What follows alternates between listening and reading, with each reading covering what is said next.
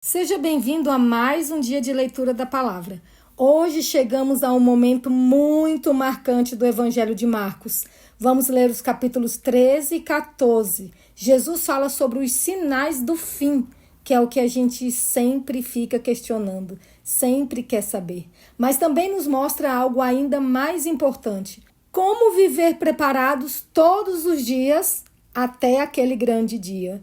Logo depois, vemos o início da sua entrega, a ceia, a oração no Getsêmani e a traição de Judas. São capítulos que revelam o amor de um Deus que sabia o preço, mas escolheu nos amar mesmo assim.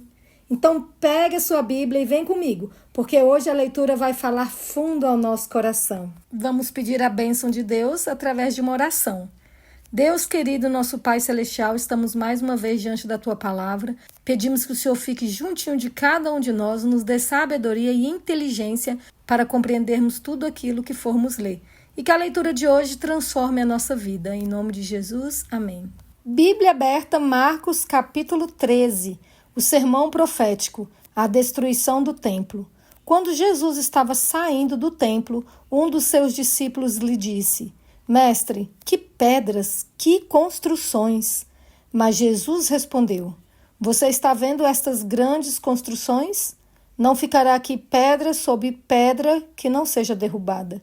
O princípio das dores. Jesus estava sentado no Monte das Oliveiras, diante do templo, quando Pedro, Tiago, João e André lhe perguntaram em particular: Diga-nos quando essas coisas vão acontecer e que sinal haverá quando todas elas estiverem para se cumprir. Então Jesus começou a dizer-lhes: Tenham cuidado para que ninguém os engane. Muitos virão em meu nome dizendo: Sou eu, e enganarão a muitos. Quando vocês ouvirem falar de guerras e rumores de guerras, não se assustem. É necessário que isso aconteça, mas ainda não é o fim.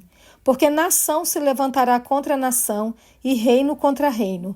Haverá terremotos em vários lugares e também fomes. Essas coisas são o princípio das dores. Estejam de sobreaviso, porque as pessoas os entregarão aos tribunais e às sinagogas. Vocês serão açoitados e, por minha causa, serão levados à presença de governadores e reis, para lhes servir de testemunho. Mas é necessário que primeiro o evangelho seja pregado a todas as nações.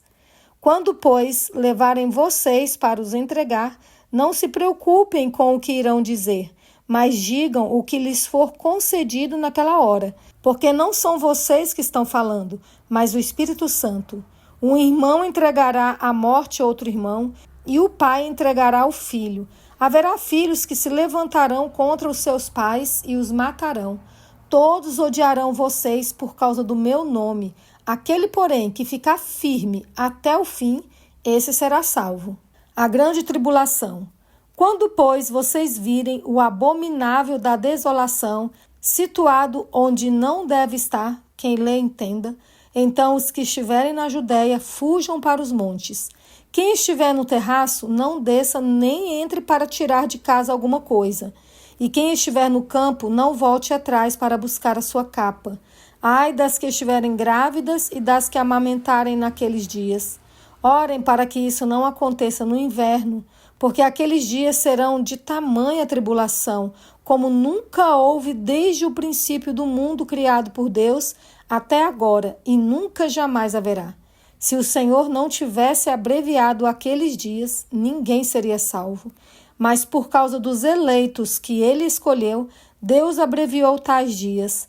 Então, se alguém disser a vocês: olhem, aqui está o Cristo, ou olhem, ali está ele, não acreditem, porque surgirão falsos cristos e falsos profetas, operando sinais e prodígios, para enganar, se possível, os próprios eleitos. Estejam de sobreaviso, tudo isso tenho predito a vocês. A vinda do Filho do Homem. Mas naqueles dias, após a referida tribulação, o sol escurecerá, a lua não dará a sua claridade, as estrelas cairão do firmamento e os poderes dos céus serão abalados. Então verão o Filho do Homem vindo nas nuvens com grande poder e glória. E então ele enviará os anjos e reunirá os seus escolhidos dos 4 ventos da extremidade da terra até a extremidade do céu. A parábola da figueira. Aprendam, pois, a parábola da figueira. Quando já os seus ramos se renovam e as folhas brotam, vocês sabem que o verão está próximo. Assim também vocês, quando virem acontecer essas coisas, saibam que está próximo às portas. Em verdade lhes digo que não passará esta geração sem que tudo isto aconteça. Passará o céu e a terra, porém as minhas palavras não passarão. Exortação à vigilância. Mas a respeito daquele dia ou da hora, ninguém sabe, nem os anjos no céu, nem o Filho, senão o Pai. Estejam de sobreaviso e vigiem, porque vocês não sabem quando será o tempo. É como um homem que, ausentando-se do país, deixa sua casa, dá autoridade aos seus servos, a cada um a sua obrigação, e ao porteiro ordena que vigie. Portanto, vigiem, porque vocês não sabem quando virá o dono da casa, se à tarde, se à meia-noite, se ao cantar do galo, se pela manhã, para que, vindo ele inesperadamente, não encontre vocês dormindo. O que, porém, digo a vocês, digo a todos: vigiem. O plano para matar Jesus. 2 dias depois seria celebrada a Páscoa e a festa dos pães sem fermento. Os principais sacerdotes e os escribas procuravam uma forma de prender Jesus à traição para matá-lo, pois diziam: não durante a festa, para que não haja tumulto entre o povo. Jesus é ungido em Betânia. Quando Jesus estava em Betânia, fazendo uma refeição na casa de Simão, o leproso, veio uma mulher trazendo um frasco feito de alabastro com um perfume muito valioso, de nardo puro, e quebrando o frasco, derramou o perfume sobre a cabeça de Jesus. Alguns dos que estavam ali ficaram indignados e diziam entre si: para que este desperdício de perfume? Este perfume poderia ter sido vendido por mais de 300 denários para ser dado aos pobres. E murmuravam contra ela. Mas Jesus disse: deixem a mulher em paz, porque vocês a estão incomodando.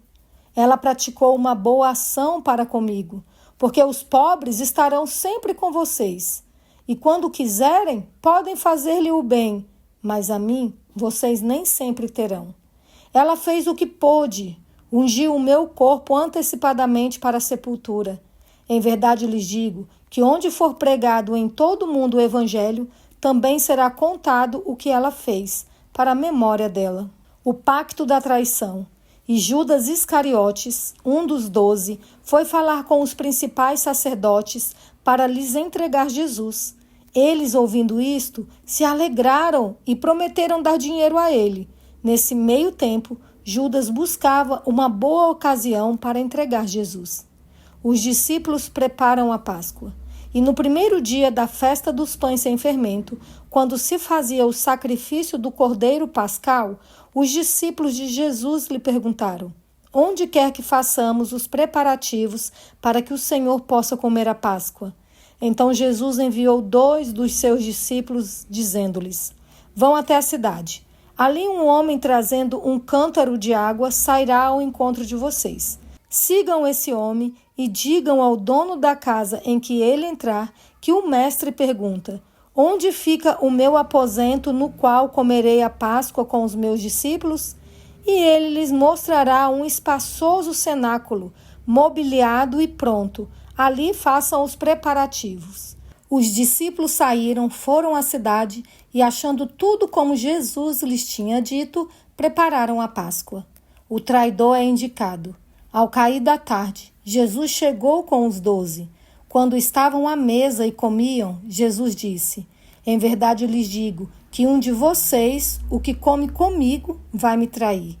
E eles começaram a entristecer-se e a perguntar-lhe um por um: por acaso seria eu?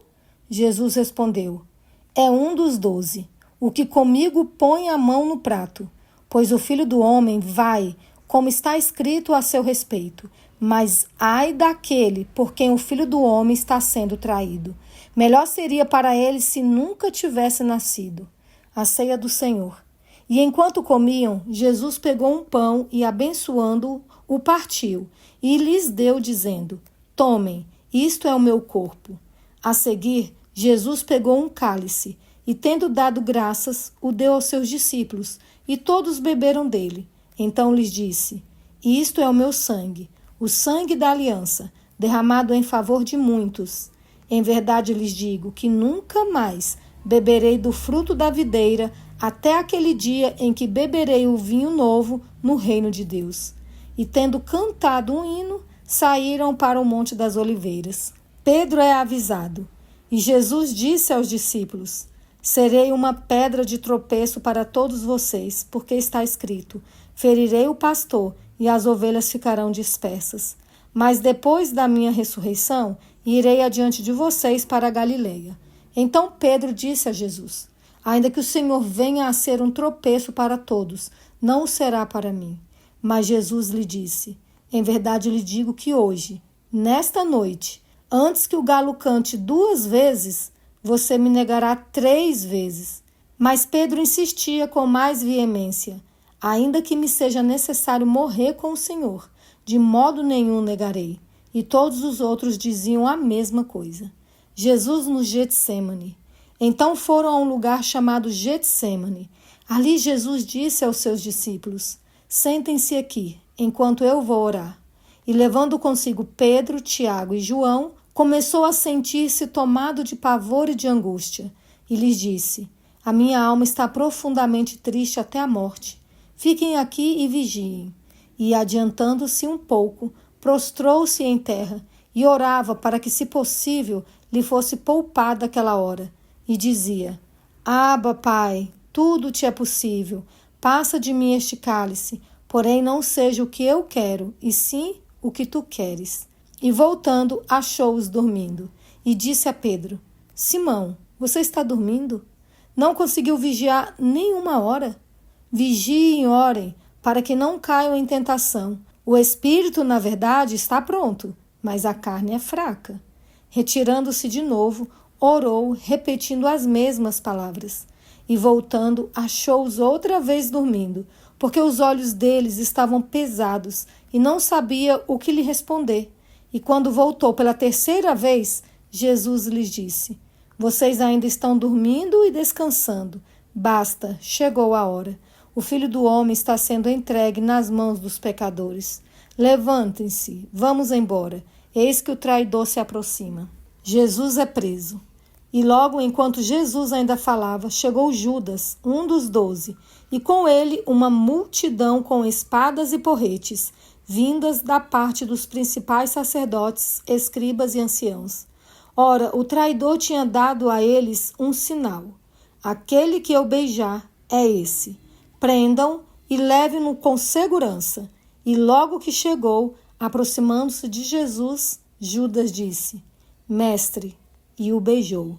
Então eles agarraram Jesus e o prenderam. Nisto, um dos que estavam ali, sacando da espada, feriu o servo do sumo sacerdote e cortou-lhe a orelha. Jesus lhes disse: Vocês vieram com espadas e porretes para prender-me, como se eu fosse um salteador? Todos os dias eu estava com vocês no templo, ensinando, e vocês não me prenderam, mas isto é para se cumprir as Escrituras. Então todos o deixaram e fugiram. Jesus seguido por um jovem. Um jovem, coberto unicamente com um lençol, seguia Jesus. Eles o agarraram, mas ele largou o lençol e fugiu nu. Jesus diante do sinédrio. E levaram Jesus ao sumo sacerdote, e então se reuniram todos os principais sacerdotes, os anciãos e os escribas. Pedro seguiu Jesus de longe até o interior do pátio do sumo sacerdote e estava assentado entre os servos, aquentando-se ao fogo. E os principais sacerdotes e todo o sinédrio procuravam algum testemunho contra Jesus para o condenar à morte, mas não achavam nada, pois muitos testemunhavam falsamente contra Jesus, mas os depoimentos não eram coerentes. E levantando-se alguns, testemunhavam falsamente, dizendo: Nós o ouvimos declarar: Eu destruirei este santuário edificado por mãos humanas, e em 3 dias construirei outro, não por mãos humanas. Nem assim o testemunho deles era coerente. E levantando-se o sumo sacerdote no meio, perguntou a Jesus: Você não diz nada em resposta ao que estes depõem contra você? Jesus, porém, guardou silêncio e nada respondeu. O sumo sacerdote tornou a interrogá-lo: Você é o Cristo, o Filho do Deus bendito? Jesus respondeu: Eu sou. E vocês verão o Filho do Homem sentado à direita do Todo-Poderoso e vindo com as nuvens do céu. O sumo sacerdote, rasgando as suas vestes, disse: Por que ainda precisamos de testemunhas? Vocês ouviram a blasfêmia?